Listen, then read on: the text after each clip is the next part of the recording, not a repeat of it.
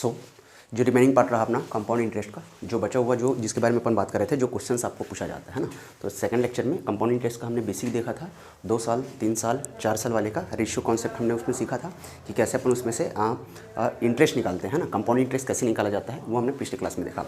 आज अपन देखेंगे इससे जो गुना वाला जो क्वेश्चन बनता है। ठीक है, ठीक, समझते हैं।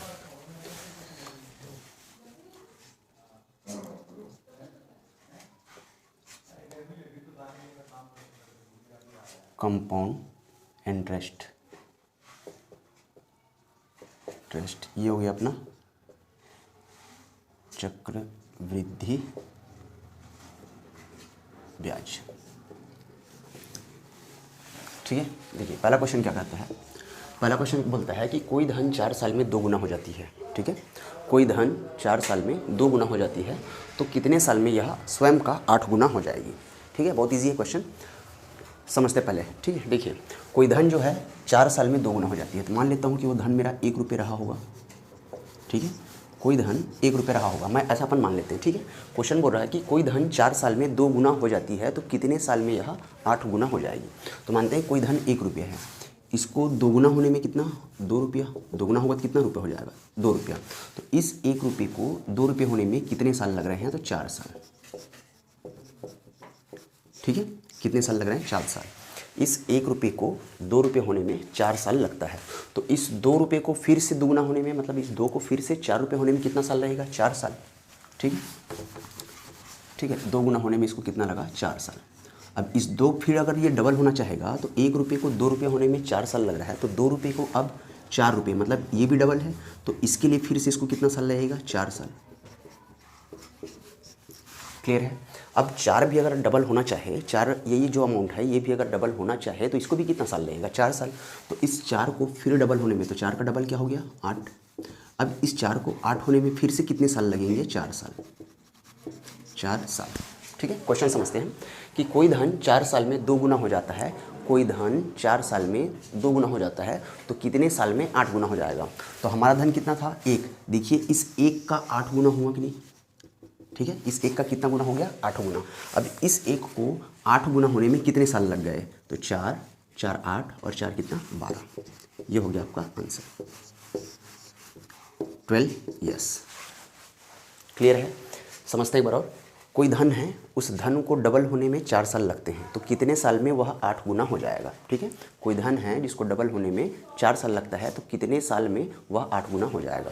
तो 1 को 2 होने में 4 साल लगा, तो इस 2 को भी डबल होने में 4 साल लगेगा और इस 4 को भी डबल होने में 4 साल लगेगा। तो देखिए ये जो हमारा अमाउंट था 1 का कितना गुना होना चाहिए, 8 गुना। बोला कि कोई धन कितने साल में 8 गुना हो जाएगा, तो मान लेते हैं वो धन 1 रुपये है, 1 को कितना गुना होना पड़ेगा, 8 गुना। तो कितने साल इसको लगे, 4, 4 8 और 4 12। ये हो गया आपका आंसर। क्लियर है, ठीक।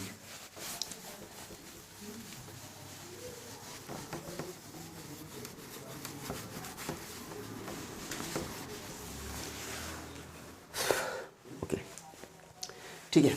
दूसरा है, कोई धन 8 साल में 3 गुना होती है तो कितने साल में 243 गुना होगी।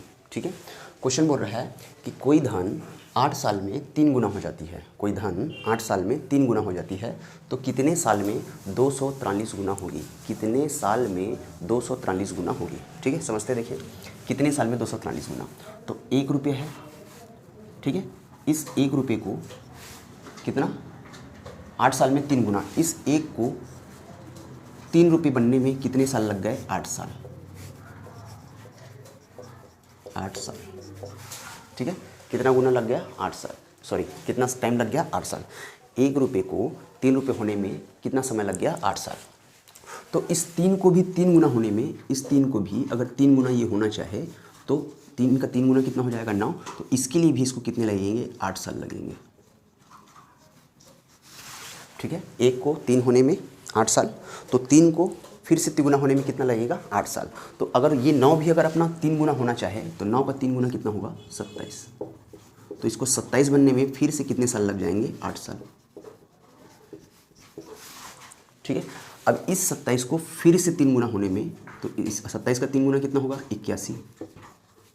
इसके लिए भी फिर से उसको कितना लगेगा, 8 साल। ठीक है, ये कब तक अपन चलते चले जाएंगे, जितना गुना बोला है उतने गुना लेते चलेंगे, जितना साल लग रहा है वहाँ पे हर जगह पे उतने साल अपने को लगते जाएगा। ठीक है, कहाँ तक बोला है कि उस धन को कितना गुना होना है, 243 गुना। किस धन को, इस एक को, इस एक को कितना होना चाहिए, 243 होना चाहिए। तो अभी तक नहीं पहुँचे वहाँ तक, तो इसको भी अब 3 गुना अगर ये होगा तो इसका 3 गुना कितना होगा, 3 एकम 3 और 3 अट्ठे 24, 243 ये हो गया। तो देखिए ये एक का 243 गुना हो गया। अब हमारा आंसर आ गया। तो यहाँ भी कितना साल लगेगा, 8 साल। यहाँ भी कितने साल लगेंगे, 8 साल। ठीक है, एक को 3 गुना होने में कितने साल लग गए, 8 साल। ठीक है, एक को 3 गुना होने में 8 साल लग गए, तो 3 को फिर से 3 गुना होने में कितने साल लगेंगे, 8 साल। 3 तिया 9। अब इस 9 को फिर से 3 गुना होने में कितने साल लगेगा, 8 साल। 27 को फिर से 3 गुना होने में कितना लग गया, 8 साल। 81 को फिर से 3 गुना होने में कितना लग गया, 8 साल। और फाइनली अपन कहाँ पहुँच गए, जो कि क्वेश्चन बोला था। क्वेश्चन बोला है कि कोई धन 8 साल में 3 गुना तो कितने साल में 243 गुना। 8 साल में 3 गुना तो कितने साल में 243 गुना। तो देखिए वो धन क्या था, एक था। अब एक जो है कितना गुना हो गया है, 243 गुना। तो एक का 243 गुना कितना होगा, 243 होगा। ठीक है, तो एक का 243 भी हो गया। कितने साल लग जाएंगे, कितने साल लग जाएंगे बोला, तो कितने साल, 8 8 8 8, कितने बार 8 है, 1 2 3 4 5, तो 5 अट्ठे कितना, 40 साल। कितने साल लग जाएंगे, 40 साल। ये हो गया अपना आंसर। ठीक है, कितने साल लग गए इसको, 40 साल लग गए। कितना गुना होने में, 343 गुना होने में। ठीक है, ओके, बढ़े आगे।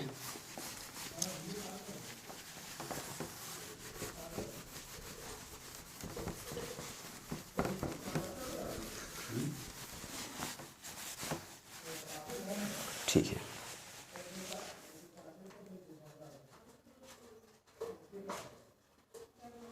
ओके, ठीक है।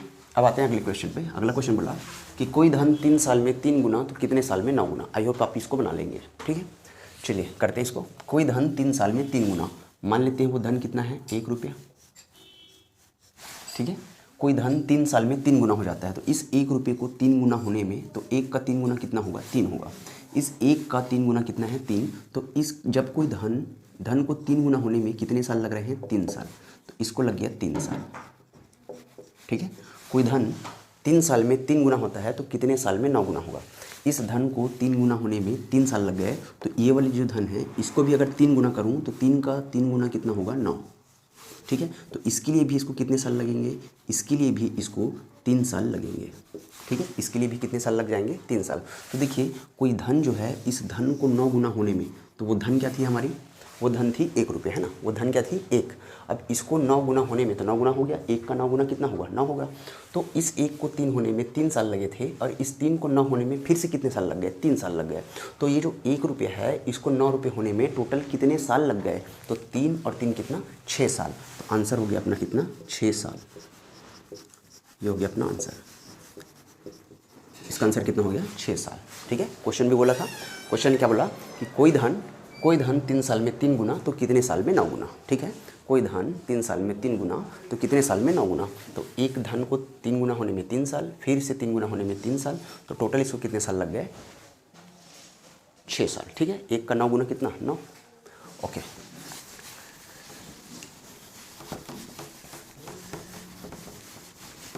चलिए ये आपका पूछा हुआ क्वेश्चन, बढ़िया क्वेश्चन था ये भी। ठीक है, ये पूछा हुआ क्वेश्चन है। ये क्वेश्चन क्या बोलता है, देखिए, एक निश्चित राशि चक्रवृद्धि ब्याज दर पर, ठीक है, एक निश्चित राशि चक्रवृद्धि ब्याज दर पर 3 साल में 2 गुनी हो जाती है। ठीक है, एक निश्चित राशि जो है चक्रवृद्धि ब्याज दर पर 3 साल में 2 गुनी हो जाती है। तो 9 साल में यही राशि और 9 साल में यही राशि जो है के गुना हो जाती है। कितना गुना, के गुना। के क्या है, कोई मतलब नंबर होगा, है ना, के दे दिया, और इसी को अपने को निकालना है कि उस के का वैल्यू क्या है। ठीक है ना, के का मान क्या है। क्वेश्चन समझते हैं एक बार और। एक निश्चित राशि चक्रवृद्धि ब्याज दर पर 3 साल में 2 गुनी हो जाती है। ठीक है, कोई निश्चित राशि है, चक्रवृद्धि ब्याज दर लगाया गया उसमें। ठीक है, और बोल रहा है कि 3 साल में 2 गुना हो जाती है। 3 साल में 2 गुना। 9 साल में यही राशि के गुना हो जाती है। 9 साल में कितना गुना होगी, के गुना हो जाती है। तो के का मान जो है वो क्या है, ये क्वेश्चन है हमारा। ठीक है, समझते देखिए। मान लेते हैं कि वो जो राशि हमारी कितनी है, 1 रुपये है। ठीक है, इसको दोगुनी डबल होने में, 1 को डबल होने में मतलब 2 गुना होने में कितने साल लगेंगे, 1 को 2 गुना होने में कितना साल लग गया, 3 साल। तो ये हो गया 3 साल। ठीक है, कितने साल लग गए? 3 साल। ठीक है, अब कितने साल में बोल रहा है वो? 9 साल में। 9 साल में यही राशि k गुना हो जाती है 9 साल में। तो यहाँ से इसको, इस राशि को कितना गुना? k गुना होने में टोटल कितने साल लग गए? 9 साल। ठीक है, उस राशि को k गुना होने में कितने साल लग गए? 9 साल लग गए। ठीक है, इस राशि को k गुना होने के लिए 9 साल लग गए।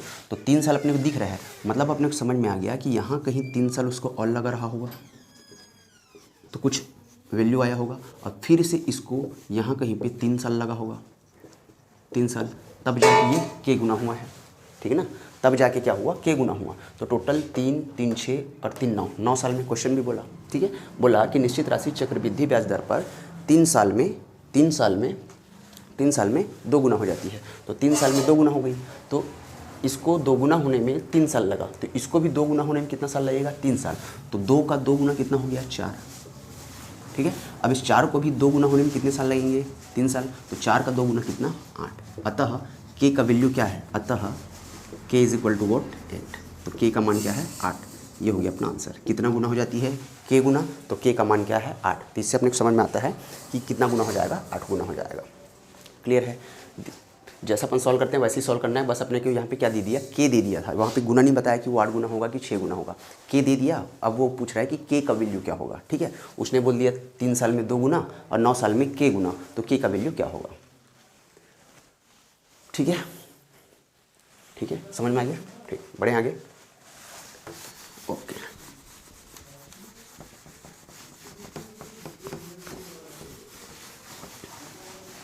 ठीक है, अगला क्वेश्चन देखते हैं। कोई धन चक्रवृद्धि ब्याज दर से 2 साल में 672 रुपये हो जाती है। ठीक है, कोई धन है चक्रवृद्धि ब्याज दर से 2 साल में, अच्छा जो बड़ा है ऊपर लिख लेते हैं क्योंकि माइनस करना ही पड़ेगा अपने को। 2 साल में कोई धन चक्रवृद्धि ब्याज की दर से 2 साल में 672 हो जाती है और 3 साल में 714। ठीक है, 2 साल में 672, 2 साल में 672 और 3 साल में 714। ठीक है, समझते हैं। देखिए 3 साल में कोई धन जो है 3 साल में चक्रवृद्धि ब्याज की दर से कितना होता है? 714। ठीक है, 3 साल में कितना? 714 रुपये हो जाती है। 2 साल में कितना होता है? 672। 2 साल में 672 रुपये। ठीक है, चक्रवृद्धि ब्याज दर से 3 साल में 714 रुपये और 2 साल में 672 रुपये। तो इन दोनों का डिफरेंस देख लो कितने का आता है। ये आ गया 2 और 11 में 7 गया 4 और ये कैंसिल। ठीक है, कितना रुपये आएगा? 42 रुपये। अब इसको सॉल्व कैसे करना है समझिए।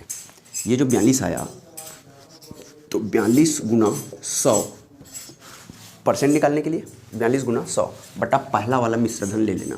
पहला मिश्र धन तो ये हो गया 4200 बटे कितना? 672। क्लियर है? 4200 बटे कितना ले लेंगे अपन?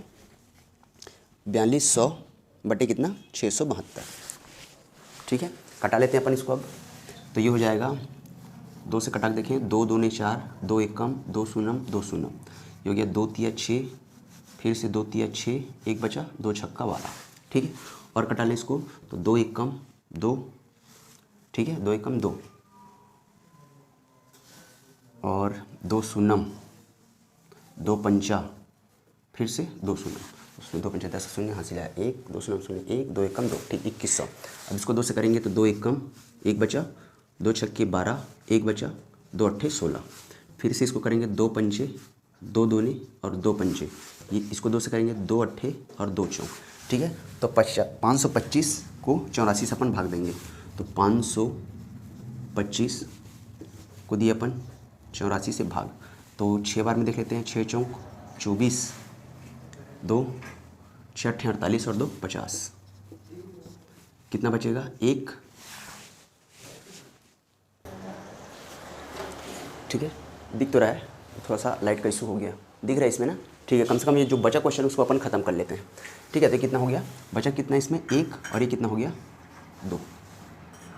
ठीक है, दशमलव लेंगे 0 आएगा, कितने बार में जाएगा 2 चौक 8 और 2 अट्ठे 16, 3 बार में करेंगे तो 3 चौक 12, 3 अट्ठे 24 और 1 25, ज़्यादा हो जाएगा, 2 ही बार में जाएगा।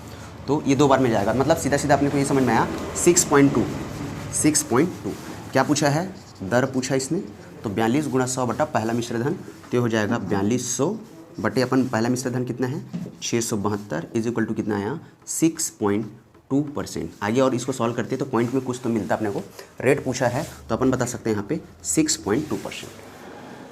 दिख रहा है, दिख रहा है, ठीक है ना, 6.2%। चलिए एक क्वेश्चन और करते हैं, उसके बाद लेक्चर खत्म। एक लास्ट क्वेश्चन है, देखिए 3 साल में कोई धन 800 रुपये और 4 साल में 840, तो ब्याज की दर क्या है। ठीक है, क्वेश्चन मैं बोल दे रहा हूँ, कोई धन 3 साल में 800 रुपये और 4 साल में 840 रुपये, ठीक है, तो कितने साल में, 4 साल में, तो ये हमने लिखा 4 साल में कितना 840 रुपये, ठीक है। फिर बोला 3 साल में 800 रुपये, 3 साल में 800 रुपये, ठीक है, तो इनका डिफरेंस कितने का आया 40 रुपये का।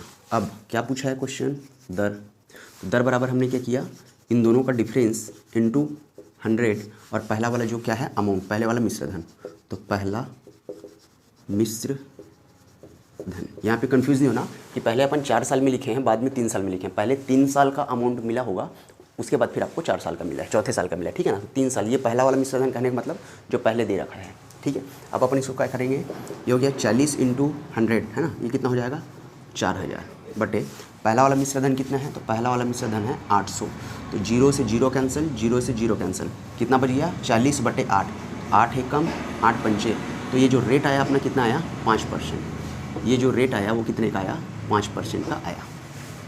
क्लियर है, चलिए लाइट आ गई, बढ़िया दिख रहा है, क्लियर है, कितना परसेंट हो गया 5%। रेट पूछा इसने, पूछा क्या है देखिए समझिए, है ना। पहले भी क्वेश्चन पे पूछा था कि निश्चित राशि, कोई भी एक राशि है, कोई धन है, चक्रवृद्धि ब्याज की दर लगती है, तो 2 साल में कुछ रुपये हो रहा है, 3 साल में कुछ रुपये हो रहा है, उन दोनों का अपने को क्या देखना है, डिफरेंस देखना है, और उनके डिफरेंस को अपन मल्टीप्लाई करेंगे किससे 100 से, और डिवाइड किससे करेंगे, पहले वाला जो मिश्र धन होगा उससे, ठीक है। इस टाइप के क्वेश्चन बनते हैं, आप इसमें ध्यान में रखिएगा, ठीक है। चलिए ये हो गया खत्म, मिलते हैं अपन नेक्स्ट लेक्चर में। नेक्स्ट लेक्चर जो होगा हमारा प्रॉफिट एंड लॉस जो बचा हुआ है, और एक आपका एरिया आंकलन है ना, एरिया को कैसे निकाला जाता है, या वॉल्यूम कैसे अपन सेट करते हैं, या वॉल्यूम कैसे फाइंड आउट किया जाता है।